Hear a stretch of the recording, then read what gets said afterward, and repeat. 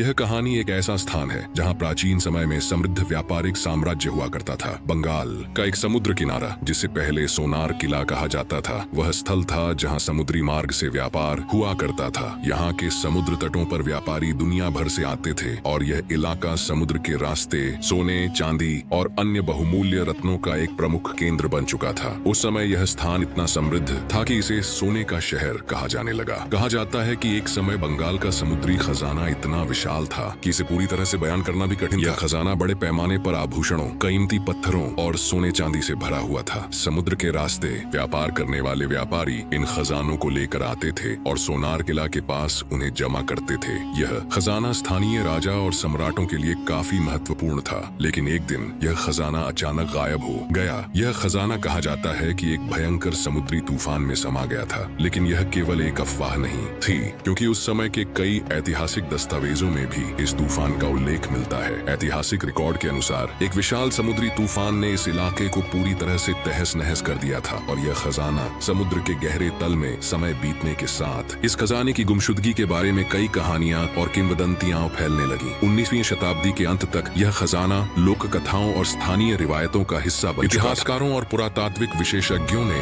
यह मान लिया था कि यह खजाना शायद कभी नहीं मिलेगा, लेकिन फिर भी इस खजाने की खोज शुरू हो गई थी। एक दिन 20वीं शताब्दी के आरंभ में एक प्रसिद्ध खजाना हंटर, जिनका नाम सैमुअल था, ने इस खजाने को ढूंढने के लिए बंगाल के समुद्र तट पर अभियान शुरू किया। वह समुद्र के भीतर खुदाई करने के लिए कुछ अन्य विशेषज्ञों के साथ आए थे। उन्होंने तटीय इलाकों के विभिन्न हिस्सों में खुदाई शुरू की, लेकिन उनका पहला प्रयास असफल रहा। वह खजाना जो सैकड़ों सालों से समुद्र में डूबा हुआ था, अब तक किसी को भी नहीं मिल सका था। सैमुअल और उनकी टीम ने निराश होकर अपने अभियान को रोक दिया, लेकिन उनका आत्मविश्वास नहीं टूटा। समय के साथ खजाने की खोज में और भी विशेषज्ञ जुड़ गए, लेकिन उन सबके साथ कुछ अजीब घटनाएं भी घटने लगी। जब भी कोई नई टीम खजाने की खोज में समुद्र में उतरती, कुछ न कुछ रहस्यमय घटनाएं घटने लगती। कई बार बोटों के इंजन खराब हो जाते, फिर समुद्र में धुआं सा फैल जाता, जिससे टीम के लोग भयभीत हो जाते थे। स्थानीय लोग बताते थे कि यह खजाना समुद्र में दबा हुआ नहीं था, बल्कि उसे किसी ने शापित किया था और वह अब किसी को भी नहीं मिलने वाला। किसी ने कहा कि यह खजाना समुद्र की गहराई में छिपा हुआ है, जबकि कुछ का मानना था कि यह खजाना किसी प्राचीन गुफा में छिपा हुआ था, जिसे समुद्र के भीतर से बाहर लाना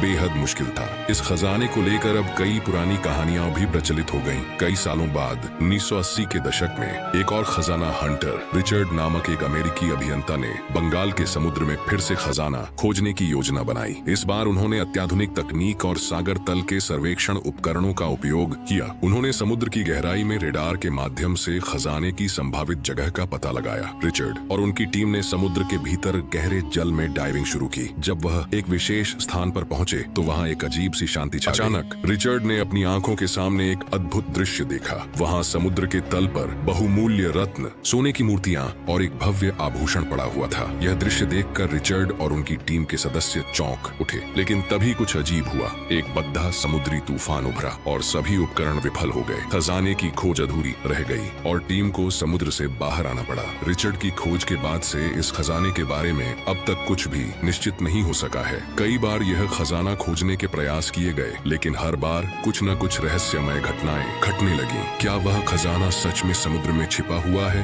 या यह केवल एक काल्पनिक कहानी है? आखिरकार बंगाल का समुद्री खजाना आज भी एक रहस्य बना हुआ है। कई लोगों का मानना है कि यह खजाना कभी किसी को नहीं मिलेगा, क्योंकि इसे शापित किया गया है, लेकिन कुछ लोग अब भी इसे खोजने के लिए उत्साहित हैं और खजाने की तलाश में जुटे।